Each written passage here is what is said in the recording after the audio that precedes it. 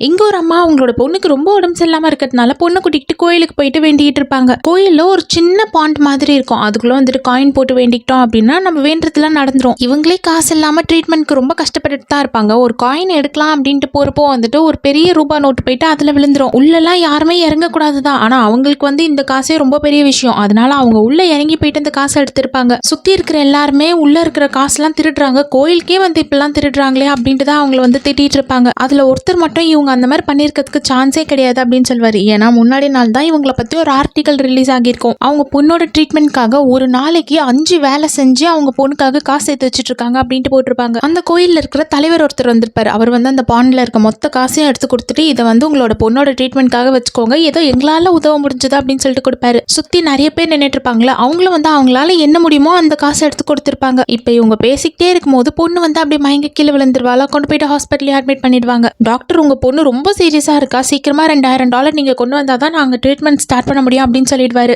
ஏற்கனவே இவங்க ஒரு நாளைக்கு 5 வேலை செஞ்சுட்டு தான் இருக்காங்க. இப்ப யாரா இருந்தாலுமே கொஞ்ச நேரமாச்சு ரெஸ்ட் வேணும். ஆனா சுத்தமா தூங்காம டே அண்ட் நைட் இவங்க பொண்ணோட ட்ரீட்மெண்ட்காக இவங்களும் வேலை செஞ்சுட்டே இருப்பாங்க. ஒரு நாள் அப்படிதான் இப்போ ஒரு பெரிய கம்பெனி இருக்கும். அந்த கம்பெனியோட விண்டோஸ் எல்லாம் துடைக்கலாம் அப்படின்ட்டு இவங்களும் வந்து மேலே ஏறி தொங்கிட்டு இருப்பாங்க. கயிறு வந்து அப்படியே சரியா பிடிக்காததுனால இப்ப அவங்களும் வந்து பாதியிலே தான் தொங்கிட்டு இருப்பாங்க. கம்பெனியோட ஓனர் வந்து உள்ள மீட்டிங்ல இருப்பாரு. அவர் இப்படி ஸ்கிரீனை திறந்த உடனே இவங்க இப்படி தொங்கிட்டு இருக்கிறத பாத்துருவாரு. உடனே எல்லாரையும் கூப்பிட்டுட்டு அந்த வயசானவங்களையும் கூப்பிட்டுட்டு இந்த மாதிரி வேலை பண்றதுலாம் ரொம்ப டேஞ்சரஸான விஷயம் தான், இதுல இந்த மாதிரி வயசானவங்களெல்லாம் வேலை செய்ய வைக்கிறீங்களே அப்படின்ட்டு தான் திட்டுவாரு. அதுக்கு அந்த வயசானவங்களும் காலில் விழுந்து கெஞ்சுவாங்க, தயவு செஞ்சு என்ன வெளியே அனுப்பிடாதீங்க, என்னோட பொண்ணோட ட்ரீட்மெண்ட்காக எனக்கு காசு வேணும் அப்படின்னு சொல்லுவாங்க. இப்ப என்னதான் சேர்த்து வச்சாலும் வந்து இவங்களால அவ்வளோ காசு சேர்க்க முடியல. அதனால ஹாஸ்பிட்டல்லயே போயிட்டு உட்காந்துருவாங்க. போறவங்க வரவங்க கிட்ட எல்லாம் தயவு செஞ்சு எனக்கு கொஞ்சம் ஹெல்ப் பண்ணுங்களேன் அப்படின்ட்டு தான் கேட்டுட்டு இருப்பாங்க. இப்ப இந்த கம்பெனி ஓனர் இருப்பார்ல, அவர் வந்து அவரோட ஃபேமிலியோட அதே ஹாஸ்பிட்டலுக்காக ட்ரீட்மெண்ட்க்கு வந்திருப்பாரு. அவர் ஒரு முக்கியமான பெண்டன்ட் மாதிரி வச்சிருப்பாரு. அந்த பெண்டன்ட் வந்து காணாம போயிருச்சு. அந்த வயசானவங்க இருப்பாங்களே அவங்க கிட்ட அந்த பெண்டன்ட் இருக்கும். என்ன இப்பெல்லாம் திருடுறாங்களே அப்படின்ட்டு ரொம்ப கோவம் வருது. அவங்க என்ன சொல்றாங்கன்ட்டு கூட கேட்காம காசு தூக்கி அப்படியே முகத்திலே வீசி அடிச்சிருவாரு. அந்த பெண்டன்ட்டை போயிட்டு வீட்டுல உட்காந்து பார்த்துக்கிட்டே இருக்கும் போது இப்ப அவங்களோட பையன் வந்து எடுத்துட்டு வந்து அதே பெண்டன்ட்டை கொடுக்குறாரு. அப்போதான் தெரிய வரும் இவரோட பெண்டன்ட் வந்து வீட்லயே தான் விட்டு போயிட்டு இருப்பாரு. இது வந்து அவங்களோட பெண்டன்ட் தான். இந்த பெண்டன்ட்டை பார்த்த உடனே தான் இவங்க தான் நம்மளோட சின்ன வயசுலேயே தொலைஞ்சு போன அம்மா அப்படின்ட்டு தான் அவருக்கு தெரிய வந்திருக்கு. இந்த பக்கம் திருட்டு கும்பலுக்குலாம் இங்க ட்ரீட்மெண்ட் நாங்க பார்க்க மாட்டோம் அப்படின்ட்டு அவங்க அம்மாவையும் பொண்ணையும் ஹாஸ்பிட்டல் இருந்து தூக்கிட்டு போயிட்டு தரன்ட்டு இழுத்துட்டு போய் வெளியே போடுவாங்க. அவங்க அம்மாவும் எங்க போறது என்ன பண்றதுன்னு தெரியாம பொண்ணு வந்து தூக்கிட்டே அவ்வளோ கொற்ற மழையில நடந்து போயிட்டு இருப்பாங்க. இவர் அப்பதான் அவங்க அம்மாவை பார்த்திருப்பாரா, பொண்ணை தூக்கிட்டு போறதையும் பார்ப்பாரு. அந்த பொண்ணு வேற யாரும் கிடையாது, இவரோட தங்கச்சி தான். ஓடி போயிட்டு காலில் விழுந்து என்ன மன்னிச்சிருங்க அப்படின்னு சொல்லிட்டு கெஞ்சிக்கிட்டு இருப்பாரு.